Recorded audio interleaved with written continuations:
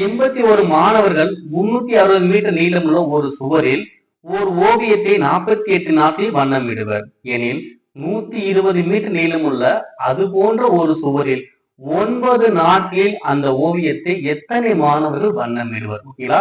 இப்ப எத்தனை கண்டென்ட் பாத்தீங்கன்னா 81 மாணவர்கள் சொல்றாங்க, நீளமுள்ள சுவரும் சொல்றாங்க, நாட்கள் ஓகேவா? அப்ப 2க்கு மேற்பட்ட தகவல் வந்துருச்சு அப்படின்னா என்ன மாதிரினா கலப்பு மாறல் ஓகேவா? மேன் 1, டே 1, அவர் 1, ஒர்க் 1. அதே மாதிரி மேன் 2, டே 2, அவர் 2, ஒர்க் 2. ஓகேங்களா? இதுல கொஸ்டின்ல அவர்ஸ் அதாவது மணி கொடுக்கலன்னா அப்ளை பண்ண தேவையில்லை. சில கொஸ்டின் டேஸ் கொடுக்க மாட்டா, அப்ப டேஸ் கொடுக்க அப்ளை பண்ண தேவை. ஓகேவா? சரி, எது கொடுக்கணும் அதை அப்ளை பண்ணா போதும், கொடுக்காத அப்ளை பண்ணணும் அவசியம் இல்லை. இது வந்து ஆப்ஷனல் ஒரு ஃபார்முலா தான். ஓகே, ஃபர்ஸ்ட் ஸ்டேட்மெண்ட் பாருங்க. எத்தனை மாணவர்கள் இருக்காங்க? 81 மாணவர்கள். இன்ட்டு எவ்வளவு மீட்டர் நீளம்? 360 மீட்டர் நீளமா? அப்ப 360 மீட்டர் நீளங்கிறது வேலை. ஏன் அப்படின்னா இது ஆட்கள்லயோ நாட்கள்லயோ மணிலயோ சேராது. அப்ப இதை சேரலனது அது வேலை. அப்படின்னா அது வேலை வந்து கீழே. அப்போ 360. அடுத்ததுனால 48 நாள்.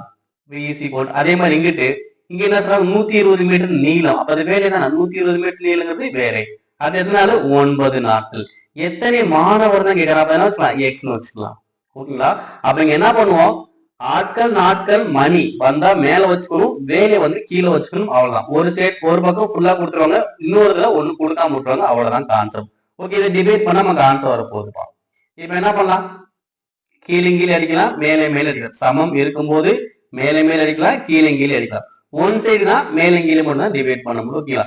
இப்ப பாருங்க, ஒரு 120 120, 3 120 360. அடுத்து ஒரு 3 3 27 3 81. அடுத்து ஒரு 9 9